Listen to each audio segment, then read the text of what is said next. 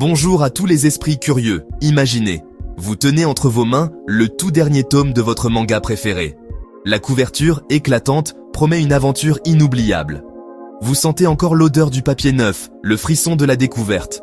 Depuis des mois, vous attendiez ce moment, prêt à retrouver des personnages qui vous accompagnent depuis des années. Le suspense est à son comble, chaque page tournée vous rapproche du dénouement tant espéré. Vous êtes totalement immergé, coupé du monde extérieur. Mais soudain, tout bascule. Une polémique éclate. L'auteur est accusé de faits graves, parfois même de délits, ou tient des propos choquants. Les réseaux sociaux s'enflamment, les médias relaient l'affaire. C'est ce qui est arrivé, par exemple, avec l'auteur de Rurouni Kenshin, Nobuhiro Watsuki, condamné pour possession d'images illégales, ou encore avec l'auteur de Act Age, dont la série a été stoppée net après son arrestation.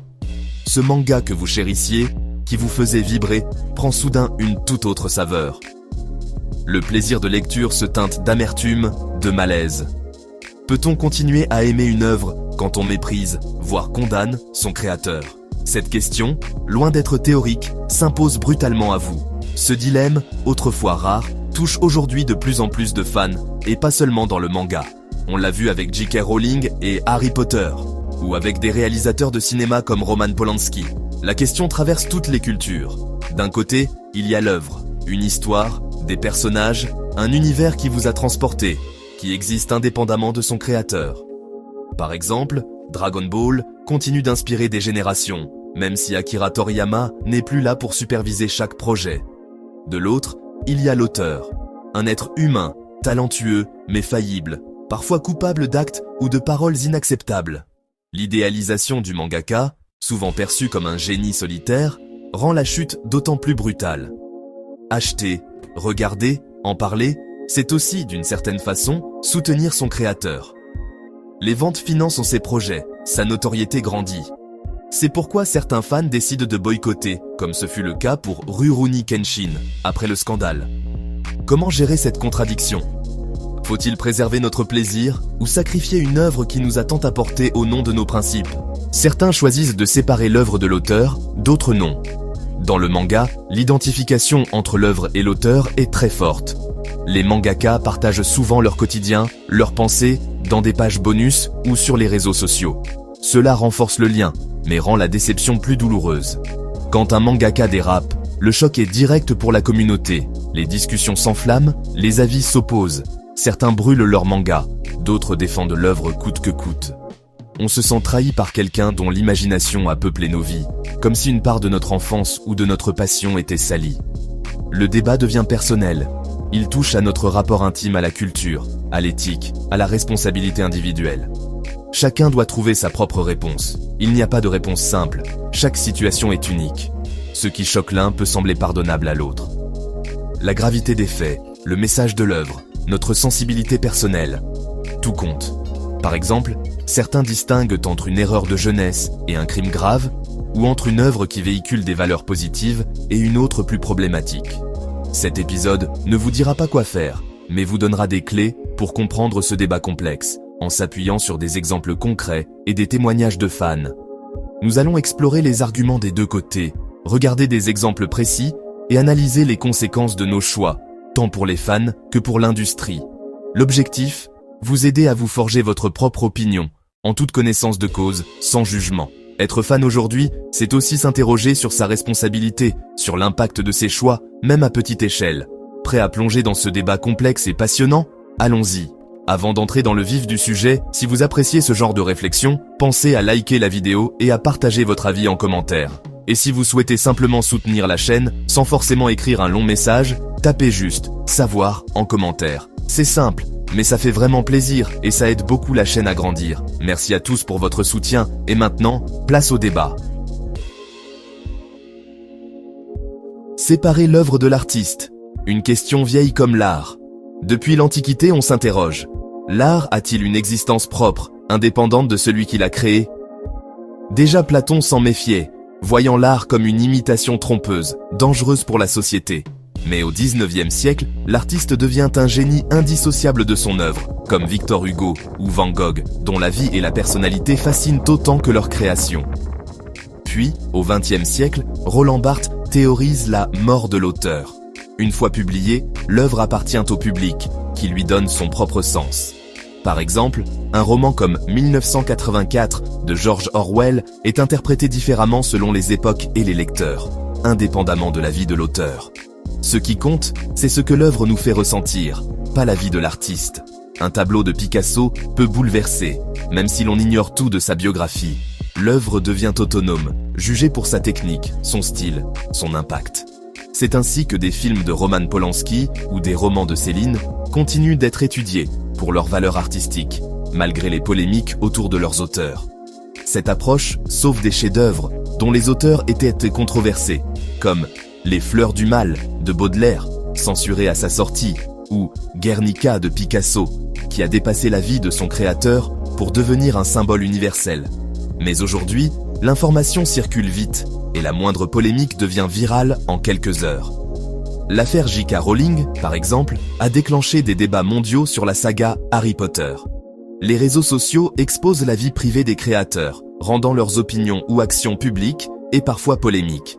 Les fans se retrouvent alors face à des choix difficiles, continuer à soutenir l'œuvre ou la boycotter. Notre société est plus sensible à la justice sociale, moins tolérante face aux dérives. Le mouvement MeToo a poussé à reconsidérer l'héritage de certains artistes accusés d'abus, comme Harvey Weinstein ou Kevin Spacey. Le débat n'est plus théorique, il est public, politique, urgent. Les institutions culturelles, comme les musées ou les festivals, doivent parfois trancher, exposer ou déprogrammer une œuvre. Peut-on séparer l'œuvre de l'artiste? Devons-nous le faire?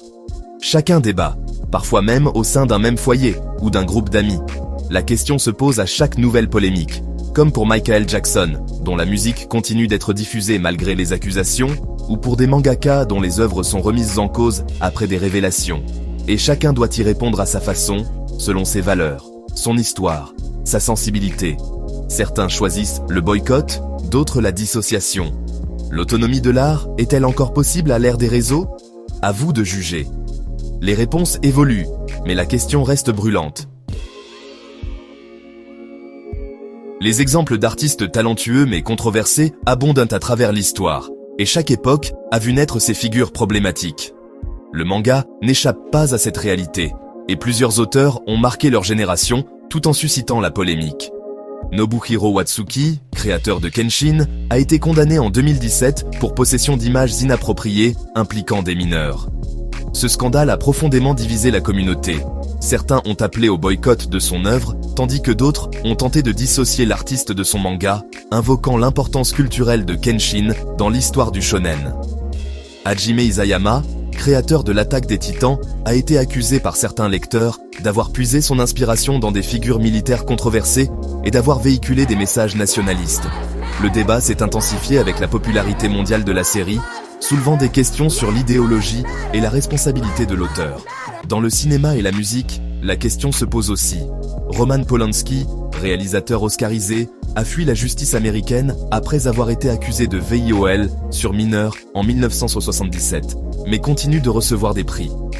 Woody Allen, soupçonné d'abus sexuels, voit ses films boycottés par certains festivals. Michael Jackson, roi de la pop, reste adulé malgré de multiples accusations d'abus sur mineurs. Face à ces affaires, certains refusent catégoriquement de dissocier l'homme de l'artiste, estimant qu'acheter ou célébrer leurs œuvres revient à cautionner leurs actes. D'autres estiment que le génie artistique transcende la personne et que l'œuvre peut être appréciée indépendamment de la vie privée de son créateur. L'histoire littéraire française est elle aussi marquée par des figures controversées. Louis-Ferdinand Céline, immense styliste du XXe siècle, est resté étudié dans les écoles malgré ses pamphlets antisémites publiés avant et pendant la Seconde Guerre mondiale. Son cas interroge sur la place de l'auteur dans la mémoire collective. Faut-il encore publier ses œuvres ou les contextualiser par des préfaces critiques? Les éditeurs et universitaires débattent de la meilleure façon d'aborder ces textes. Les exemples, qu'ils soient récents ou historiques, montrent la complexité du problème et la diversité des réponses selon les sociétés et les époques. Crime, idéologie, temps écoulés, impact de l'œuvre. Chaque cas est unique et soulève des dilemmes moraux, juridiques et culturels. Notre décision de consommateur n'est jamais simple, car elle engage notre sensibilité, nos valeurs et notre rapport à la culture. Elle dépend de la nature de la faute, du lien entre l'auteur et son œuvre, de l'influence de cette œuvre sur la société et de notre propre conscience, qui évolue avec le temps et les débats publics. Le débat reste ouvert, la société évolue, et les réponses varient selon les contextes culturels et générationnels. À chacun de tracer sa limite, en conscience, face à ces auteurs qui dérangent. Pourquoi séparer l'œuvre de l'artiste ? La question est loin d'être simple et mérite une réflexion approfondie. D'abord, l'art possède une existence propre, qui peut transcender les intentions ou les erreurs de son créateur. Une œuvre, une fois partagée, vit dans l'esprit de ceux qui la reçoivent. Juger une œuvre pour sa beauté, son émotion, c'est préserver notre patrimoine culturel. Mais cela ne veut pas dire ignorer le contexte de sa création. Refuser cette séparation, c'est risquer de perdre des chefs-d'œuvre, mais c'est aussi prendre le risque de banaliser certains comportements problématiques. L'intention de l'auteur importe peu pour certains, car c'est le public qui donne sens à l'œuvre. Pourtant, d'autres estiment que l'éthique de l'artiste ne peut être totalement dissociée de son art. Un manga peut nous inspirer, peu importe qui l'a dessiné. Mais peut-on vraiment apprécier une œuvre sans être influencé par ce que l'on sait de son auteur ? Boycotter, c'est aussi pénaliser des équipes entières, pas seulement l'auteur. Des scénaristes, des illustrateurs, des éditeurs, tous contribuent à la création. L'industrie du manga et de l'anime implique des centaines de personnes, dont beaucoup n'ont aucun lien avec les actes de l'auteur. Faut-il tout sacrifier pour une seule faute ? Ou peut-on distinguer la responsabilité individuelle de l'impact collectif ? Si on devait écarter tous les artistes problématiques, il ne resterait plus grand-chose à admirer. Mais cela ne doit pas servir d'excuse à l'oubli ou à l'indifférence. Pour les défenseurs de la séparation, il faut contextualiser, pas effacer. Comprendre l'époque, les circonstances et ne pas juger trop vite. On peut condamner l'auteur tout en reconnaissant la valeur de l'œuvre. Mais il est aussi légitime de choisir de ne plus soutenir certains artistes. Préserver la richesse de l'art, c'est aussi accepter sa complexité et reconnaître que chaque lecteur, chaque spectateur doit faire ses propres choix, en conscience. Pour beaucoup, séparer l'artiste de son œuvre semble tout simplement impossible, tant les deux sont intimement liés. Acheter ou lire une œuvre, c'est soutenir son créateur, à la fois financièrement et symboliquement. Chaque volume vendu, chaque adaptation animée, renforce la notoriété et la légitimité de l'auteur. Pour certains, continuer à consommer ces œuvres revient à valider les actes de l'auteur, ce qui peut être vécu comme une insulte pour les victimes et leurs proches.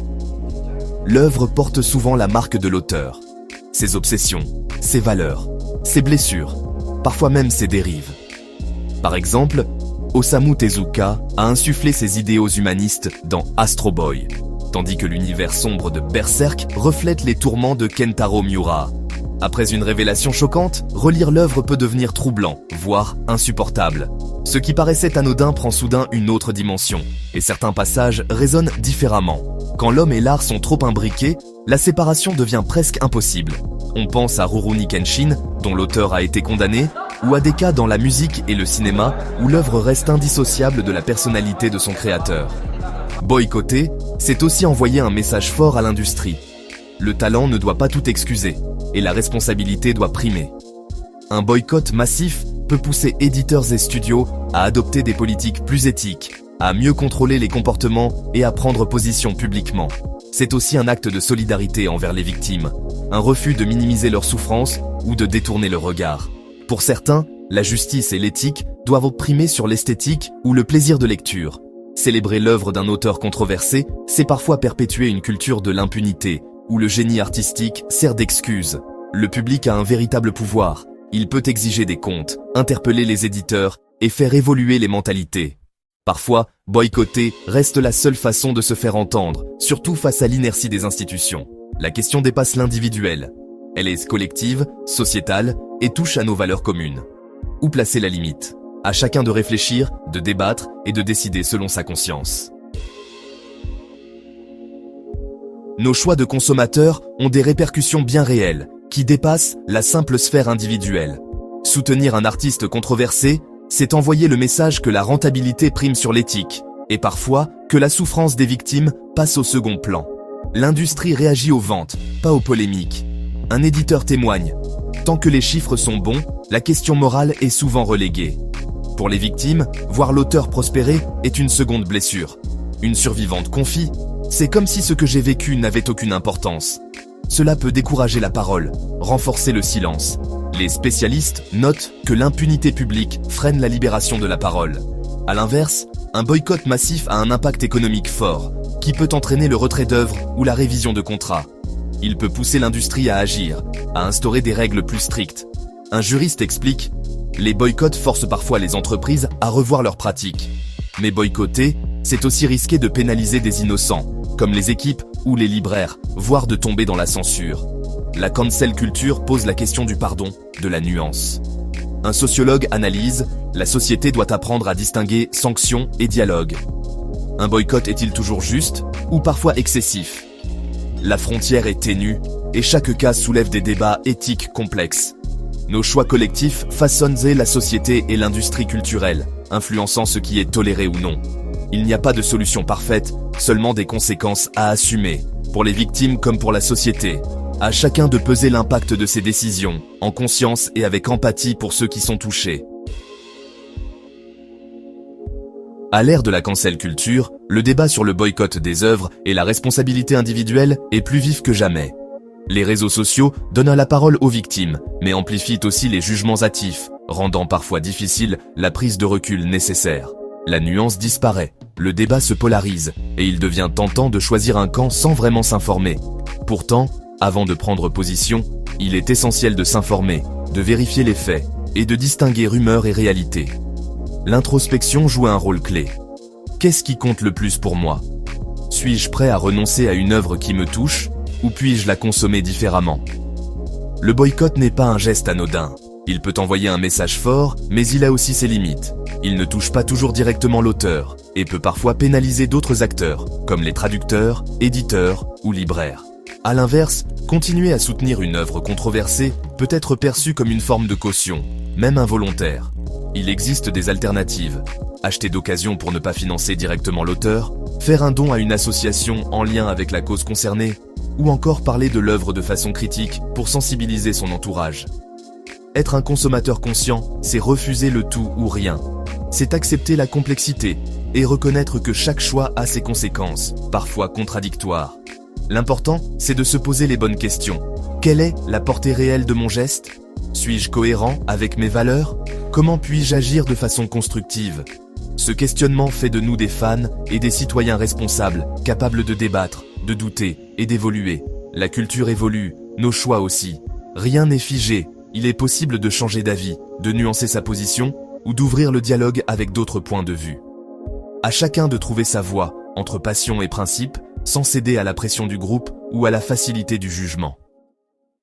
Le débat continue, et c'est à nous d'y participer activement, en restant ouverts, informés et bienveillants. Merci d'avoir regardé. Si tu veux faire partie de la prochaine exploration, pense à t'abonner et à activer la cloche de notification. Et comme toujours, continue à apprendre.